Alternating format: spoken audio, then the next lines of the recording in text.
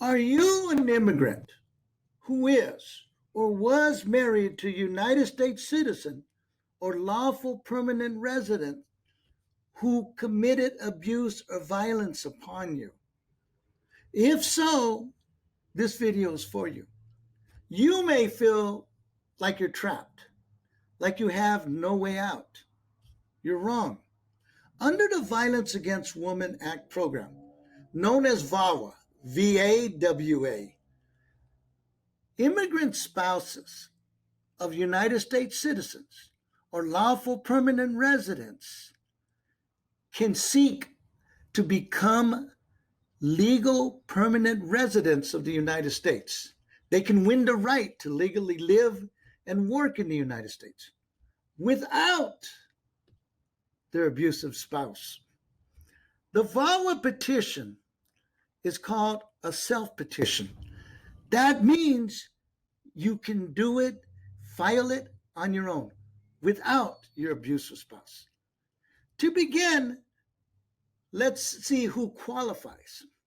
Well, despite the name of the program, VAWA, Violence Against Women Act, the program also protects immigrant male spouses of United States citizens and lawful permanent residents. The program also protects children of parents or step-parents who are United States citizens or lawful permanent residents and who committed abuse or violence upon the child. So what type of evidence of abuse or violence is needed to qualify for VAWA? The requirements stipulate that the harm must be a battery or extreme cruelty. Most individuals that come to my office seem to think that they don't qualify because they don't have proof of the physical touching, the physical harm, the hitting, the pushing, the shoving, the slapping. And because of that, they fear they may not qualify for protection under the Violence Against Women Act program. But physical harm is not the only harm that the government looks at. Strong evidence of extreme cruelty can often make the difference between winning and losing. And in this presentation, I'm going to dive into 10 insights, 10 tips, 10 types of extreme cruelty that you can use to build a solid case under the Violence Against Women's Act. So, let's get started. Even when there's been physical abuse, and maybe even there's some police records or other types of qualifications, it's always better in your case to build the non-physical type of evidence to strengthen the physical evidence that you present the government. Combining them really makes your case strong. But many cases, as I noted, there is no proof of physical abuse, or maybe there hasn't been any physical abuse. And so some individuals tend to think, well, we can't go forward.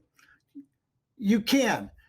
And the criteria or the examples that I'm going to give you are based on my experiences.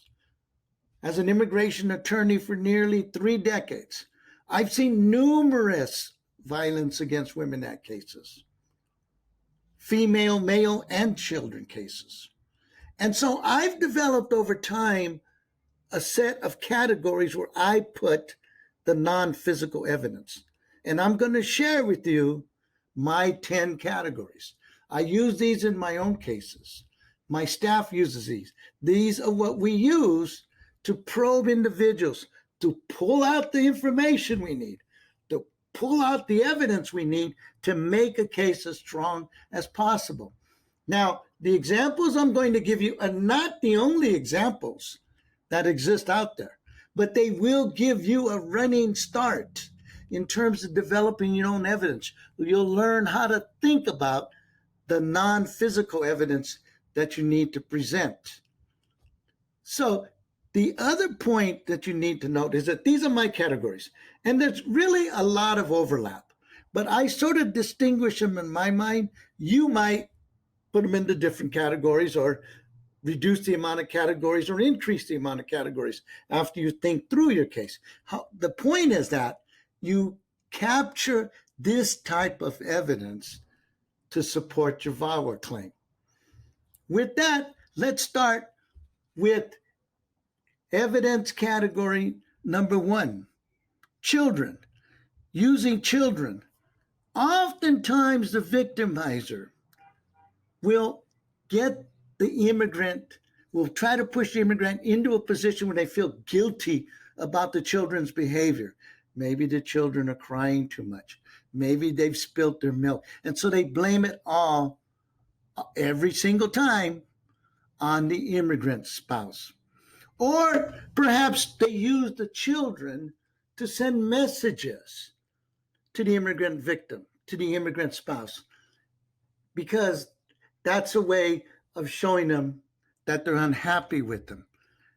Or threatening, in many cases involving immigrants, threatening to have the children removed from the custody of the other spouse.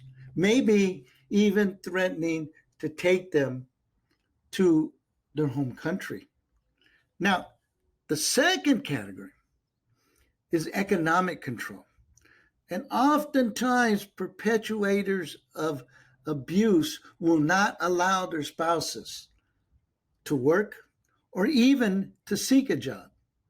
They may not allow them to have any access to money, to the bank accounts or anything. They may make the immigrant ask for money. Or if the immigrant spouse is working, they often say, hey, you keep that behavior up, I'm going to report you to the tax authorities. I'm going to have you get in trouble. Third, emotional abuse.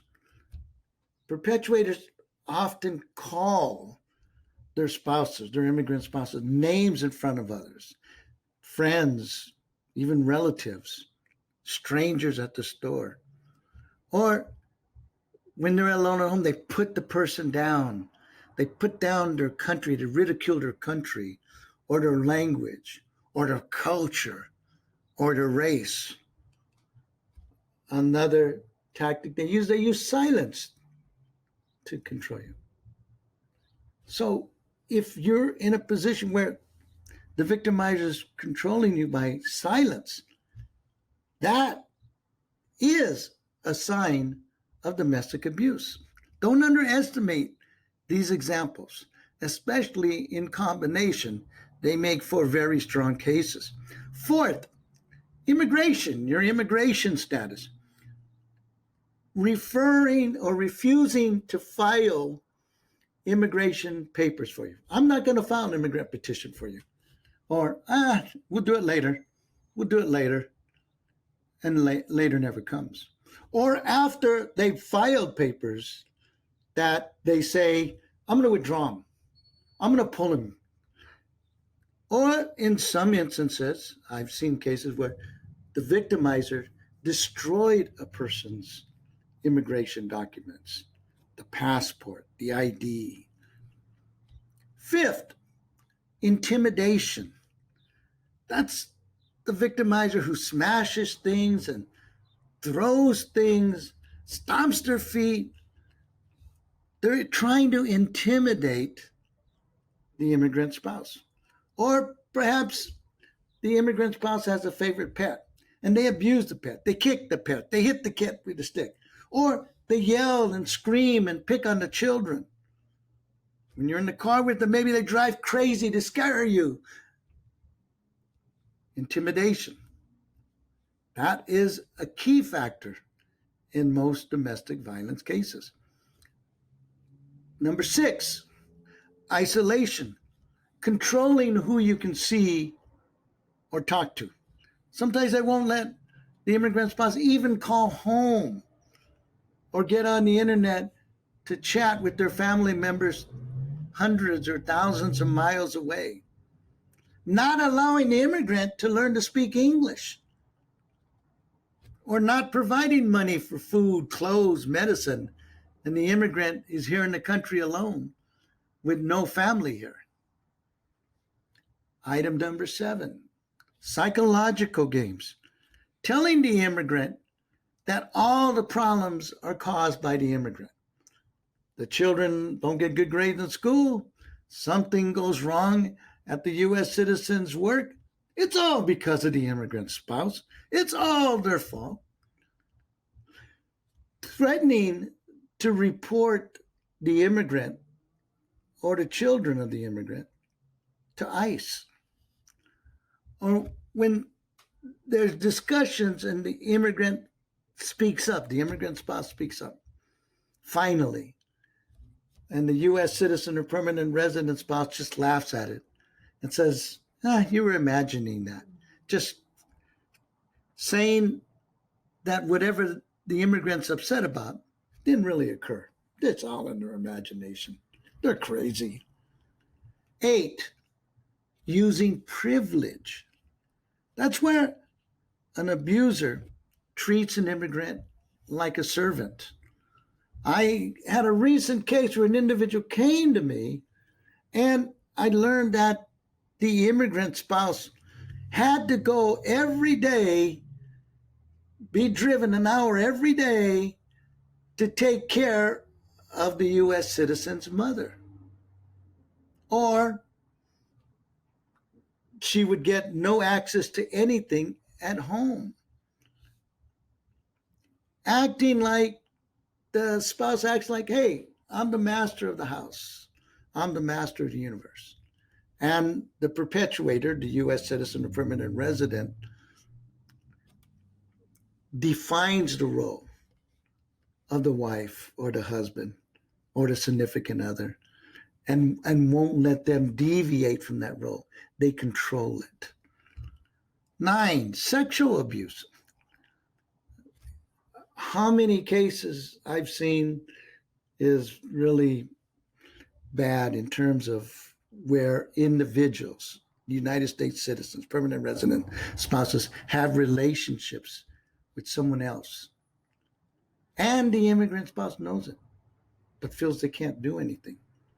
Or the reversal, where the United States citizen blames the immigrant spouse of having relations with someone else, sleeping with other people, or even using sex to demean immigrants, calling them a prostitute, a mail order bride, or in cases where the immigrant males abuse, saying things like, big boys don't cry.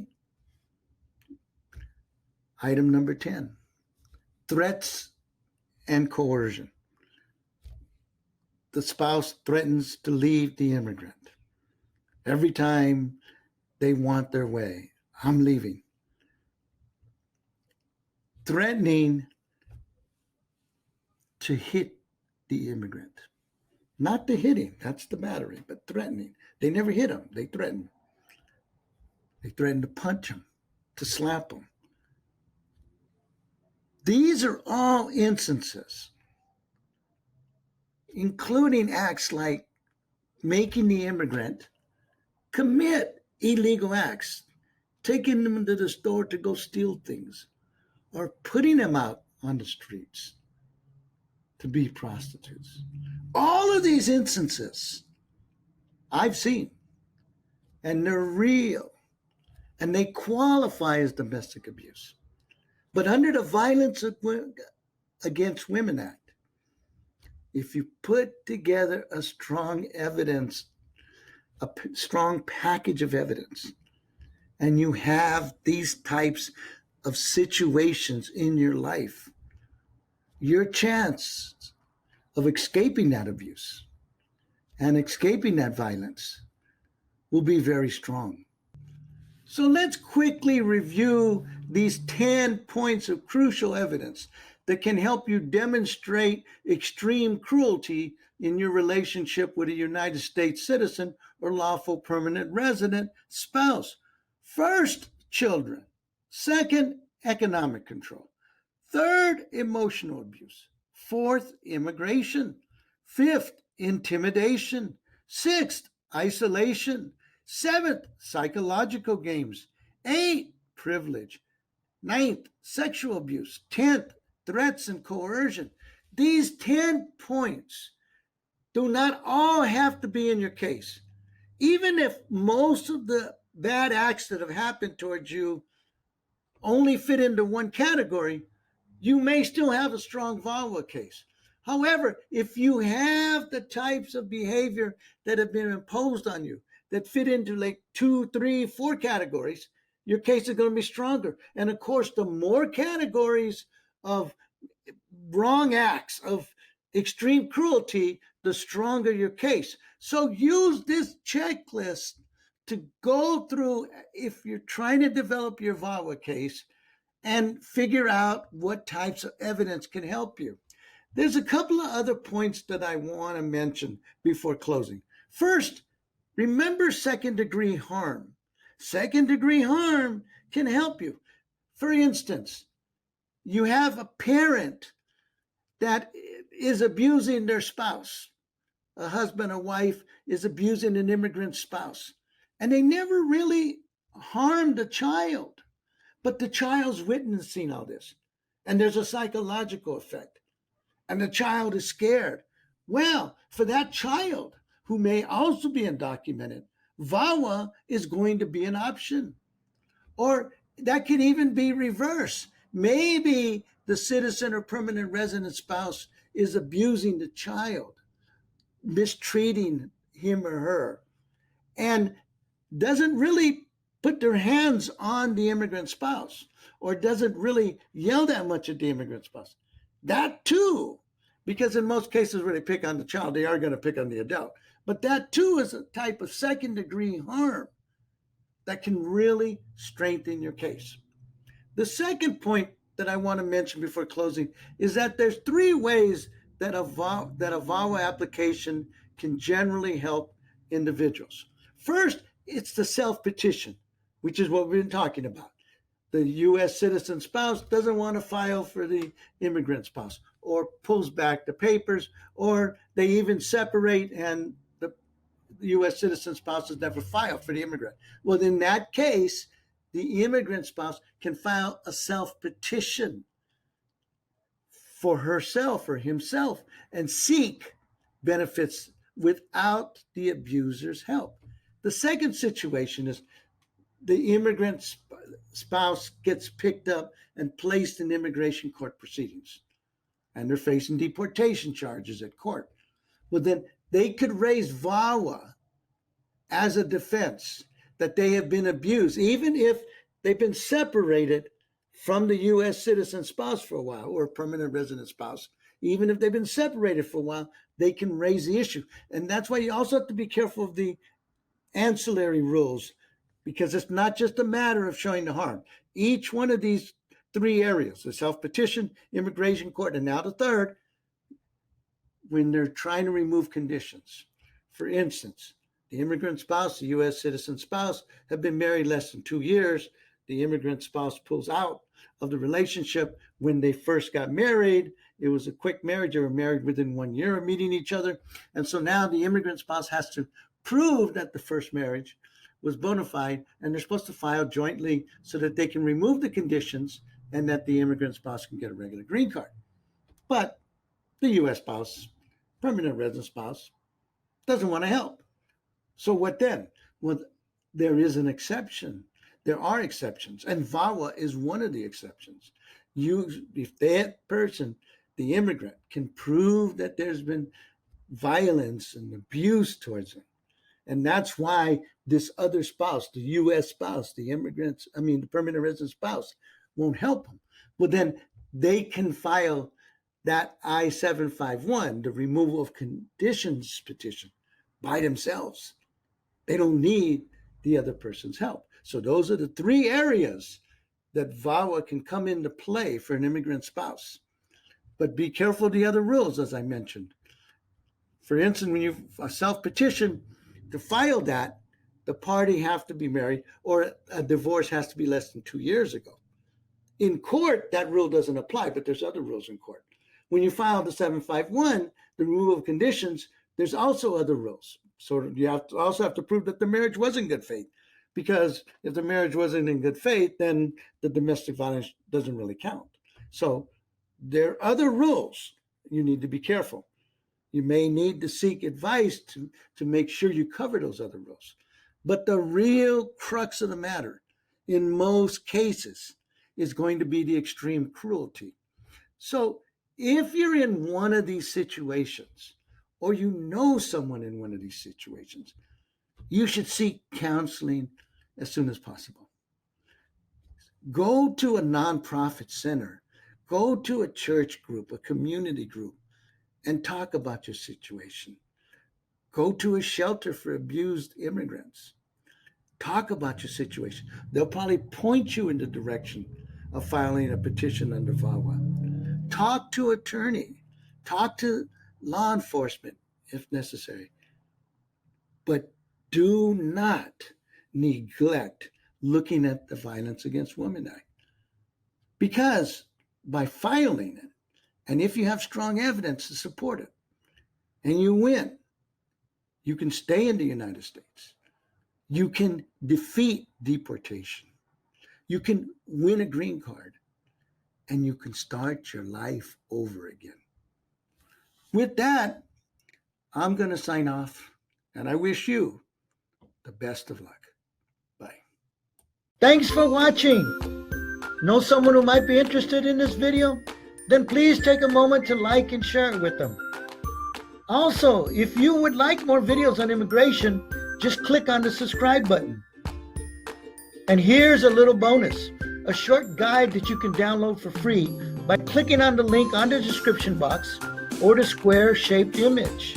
Plus, if you have ideas for videos you'd like to see, write a short comment below, or feel free to contact me at carlos@VataraImmigrationLaw.com.